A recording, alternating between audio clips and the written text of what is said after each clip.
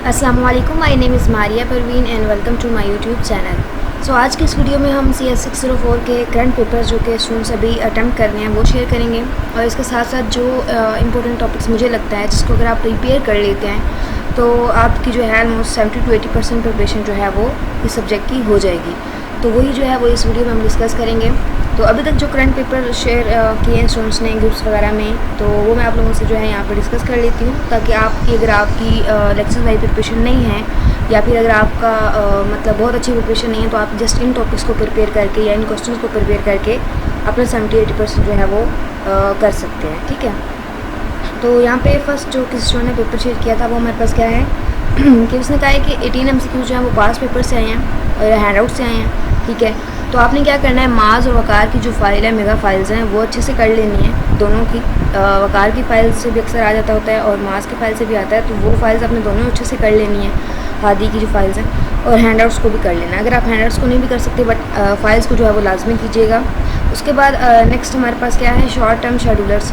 तो short term schedulers जो है ये शेड्यूलिंग में दो आपको दिए गए हैं CPU शेड्यूलिंग में, एक शॉर्ट टर्म शेड्यूलर, एक लॉन्ग टर्म शेड्यूलर्स। ठीक है, ये दोनों भी आपको हैंडआउट्स मिल जाएंगे। आप जस्ट अपना हैंडआउट्स जो है वो ओपन कर लें और साथ में आपने क्या करना है, आपने इसको जो है वो सर्च कर लेना है। जस्ट आप लिखेंगे शॉर्ट टर्म शेड्यूलर तो आपको सामने इसकी डेफिनेशन मिल जाएगी, टॉपिक मिल जाएगा, तो वो आपने वहाँ से रीड कर लेना है। वैसे तो मैं इसमें वीडियो बना देती मीन्स टू से इसको डिस्कस करती आप लोगों से, बट क्योंकि शॉर्ट टाइम है, मेरे खुद के भी एग्ज़ाम्स हो रहे हैं, सो इसलिए मैं इसको डिटेल में डिस्कस नहीं कर सकती, जिसमें इस दफ़ा जो है वो टॉपिक्स ही शेयर कर रही हूँ आप लोगों से।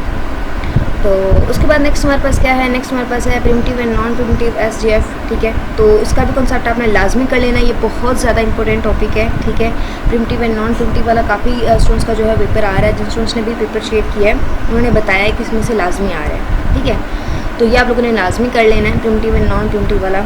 इसमें 4 पॉइंट्स दिए गए, उनको भी अच्छे से कर लीजिएगा। एंड किस एल्गोरिथम में प्रिमिटिव होता है, किस एल्गोरिथम में नॉन प्रिमिटिव होता है, वो भी आप लोगों ने कर लेना है। इसको मैं जो है वो लास्ट पे आपसे डिस्कस करूँगी इसी क्वेश्चन को। उसके बाद नेक्स्ट हमारे पास है कि hardware solution of critical section में 2 वेरिएबल्स वाला कोड। मतलब इसमें हमें जो है क्रिटिकल सोल्यूशन जो था, ठीक है, क्रिटिकल सोल्यूशन ये ऑलमोस्ट आपको लेक्चर नंबर 19 से 22 के बीच के जो लेक्चर्स हैं उनमें मिल जाएगा। ठीक है, 19, 20 या 21 के लेक्चर्स जो हैं उधर कहीं पे होगा, मुझे एग्जैक्ट लेक्चर नहीं याद आ रहा।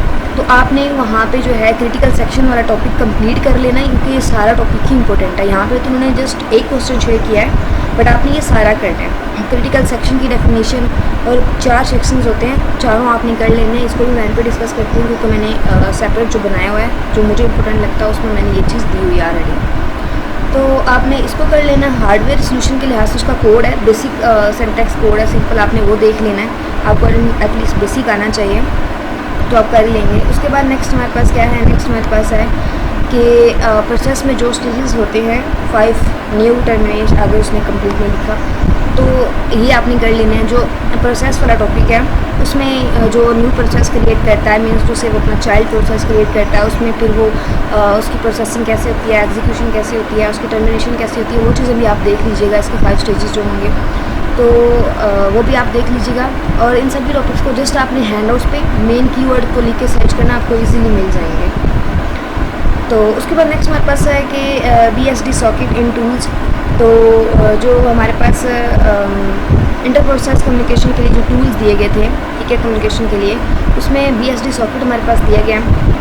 तो इसको आप लोगों ने देख लेना है कि इसमें किस तरह से जो है वो डिफरेंट प्रोग्राम्स के अंदर जो है वो कम्युनिकेशन होती है। इसमें डिफरेंट हमारे पास वो होते हैं, डिवाइसेस होती है, लाइक डिफरेंट कंप्यूटर्स होते हैं जिसके दरमियान जो है वो शेयरिंग हो रही होती है डाटा की, तो कम्युनिकेशन होता है। तो ये भी आपने इसकी डेफिनेशन देख लेनी है। उसके बाद है प्रिमिटिव और नॉन प्रिमिटिव वाला टॉपिक से ज़्यादा पेपर आया, ये किसी और स्टूडेंट ने शेयर किया था। ठीक है, तो ये भी आप लोगों ने कर लेना, यही वही अगेन रिपीट वही टॉपिक है। तो ये दूसरे स्टूडेंट ने बताया था कि यही क्वेश्चन से पेपर आ रहा है। ठीक है, तो ये बहुत इंपॉर्टेंट टॉपिक है। उसके बाद नेक्स्ट हमारे पास ये है कि ये किसी और स्टूडेंट ने शेयर किया, इसमें हमारे पास क्या है, 17 MCQs हैं, टोटल 23 क्वेश्चंस थे, 17 MCQs आए थे, 5 क्वेश्चंस आए थे। ठीक है, 2 of 3 मार्क्स। ठीक है, 2 क्वेश्चन जो हैं 3 मार्क्स के थे, 3 जो हैं वो 5 मार्क्स के थे। ठीक है, मतलब वो टोटल 23 क्वेश्चन हो गए। और पेपर जो है वो हैंड आउट से था। एक क्वेश्चंस में एरर्स बताने थे, इंटरप्ट स्ट्रैप सिग्नल वाले, ये I think so second lecture है आई थिंक सो, उसमें इनकी डेफिनेशन दी गई है। और एरर्स जो हैं वो फिर वहाँ पे आपको वो दिए जाएंगे, कोड दिया जाएगा, उसी के हिसाब से आप बता सकते हैं। उसके बाद है कि 2 प्रोसेसेस एंड एन प्रोसेस से रिलेटेड एक क्वेश्चन था। अब ये आपको लेक्चर नंबर मिल जाएगा ऑलमोस्ट वही लास्ट के जो 4 लेक्चर्स हैं उनमें ही कहीं पे मिलेगा।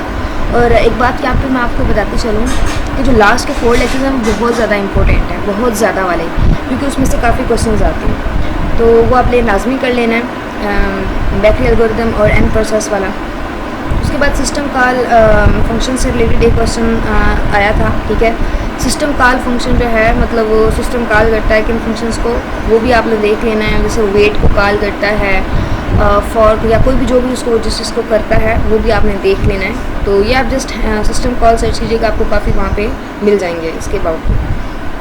उसके बाद है कि MCQs and short are mostly from scheduling algorithm, process, unix commands, threads and semaphore, ठीक है। यहाँ पे ये उसने टॉपिक्स बताए कि इन टॉपिक्स में से MCQs एंड शॉर्ट पेपर जो है वो आया था।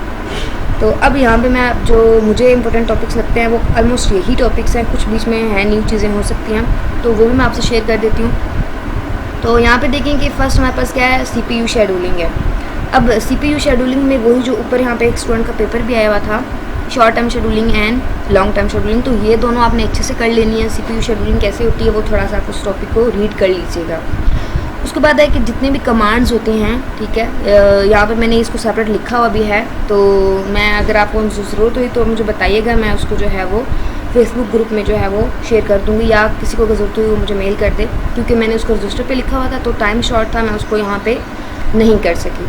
तो अगर किसी को ज़रूरत हुई वो मुझे मेल कर सकता है और मैं वहाँ पे आप लोगों से शेयर कर दूँगी। जस्ट कमांड्स यहाँ पे लिखी हुई है मैंने रफ सी, तो कमांड्स आप अपने हैंडआउट से भी देख सकते हैं। उसके बाद क्या करना है आपने, उसके बाद शेड्यूलिंग एल्गोरिदम्स बताने हैं। शेड्यूलिंग एल्गोरिदम जो है इसको अच्छे से कर लीजिएगा, ये बहुत इंपॉर्टेंट टॉपिक है। इसमें 4 हमारे पास हैं, FCFS मतलब फर्स्ट कम फर्स्ट सर्व वाला, राउंड रॉबिन, आगे है SJF, ठीक है, और SJR-JF, ये चारों आपने अच्छे से कर लेने हैं। इसमें वैल्यूज़ भी बतानी होती है, मतलब कि हमें दिया गया होता है कि कुछ उसका वेट टाइम बताना होता है, इसका वेट टाइम कैसे कैलकुलेट करते हैं, और इस प्रोसेस को आपने रीड लाजमी करना है। ये इन चारों में से एक आध ज़रूर आता है, आपने इसको अच्छे से समझ लेना है, ये बहुत ज़्यादा इंपॉर्टेंट है, ठीक है। अगर वो नहीं भी आता, मतलब थ्योरेटिकल नहीं आता, तो एटलीस्ट सब्जेक्ट वो मैथमेटिकल आएगा, मीन्स टू से इसको सॉल्व करने के लिए वो दे सकता है, तो ये बहुत अच्छे से आप कीजिएगा। और उसके बाद है प्रोसेस एंड थ्रेड्स का डिफरेंस, मुझे लगता है कि ये भी बहुत ज़्यादा इंपॉर्टेंट है, मैंने देखा पास्ट में भी ये टॉपिक आया हुआ है, और इसका डिफरेंस जो है आप लोग को लाजमी पता होना चाहिए, प्रोसेस का और थ्रेड्स का। उसके बाद इसका नेक्स्ट चाइल्ड जो है प्रोसेसेस होते हैं, उसका भी आपको पता होना चाहिए, चाइल्ड प्रोसेसेस कैसे होते हैं, वो यहाँ पे मैं नोट नहीं कर सकी, मतलब मैं इसको जल्दी में बनाया था तो मैं लिख नहीं सकी, बट आपने क्या करना है, child process and parent process का कॉन्सेप्ट भी समझ लेना है प्रोसेस के टॉपिक में से ही। एंड थ्रेड्स का बात करें, थ्रेड्स की जो है इसको भी आपने नेक्स्ट समझ लेना है, इन दोनों में डिफरेंस क्या है, थ्रेड्स कैसे बनाए जाते हैं, इनमें जो है वन टू मैनी कैसे वो जो है वो होता है, इनके कम्युनिकेशन सिस्टम कैसे है, वो भी आपने देख लेना है। उसके बाद बफरिंग का टॉपिक है, इसको देख लीजिएगा, जस्ट लाइक बेसिक उसका देख लीजिएगा हैंड आउट से ही। उसके बाद short and long term schedulers, वही जो मैंने आपको पहले बार बताया।